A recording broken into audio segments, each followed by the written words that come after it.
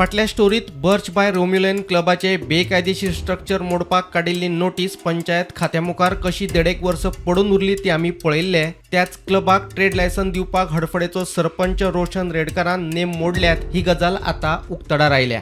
पंचायतीन ठराव घेतले की ट्रेड लायसन एनओसींचेर सय करपाचो अधिकार सेक्रेटरीक आसता।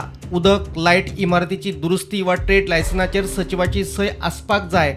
बर्च क्लबाक हडफडे पंचायतीन 16 डिसेंबर 2023 ट्रेड लायसन दिल्ले।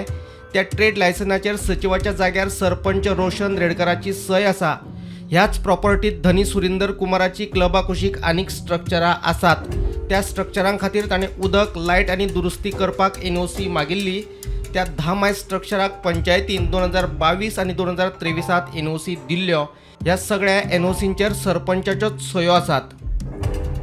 इतल्यारूच ना, पंचायतीच्या नेमात नायट क्लब ही कॅटेगरीच ना, तरी आसतना ट्रेड लायसन दितना ताचेर bar and restaurant cum night club अशी नोंद आसा।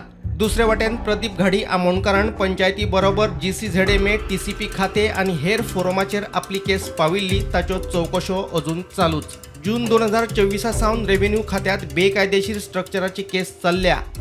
मामलेदारान इन्स्पेक्शन करून उपजिल्लोधिकाऱ्याक रिपोर्ट दिल्लो। स्ट्रक्चर बांदतना जमनीचो झोन बदलूंक ना अशें रिपोर्टात आसा। सप्टेंबर 2024 उपजिल्लोधिकाऱ्यान खोसलाक कारणादाखय नोटीस काडिल्ली। सप्टेंबर 2025 उपजिल्लोधिकाऱ्यान आनीक एकदा खोसलाक नोटीस काडिल्ली।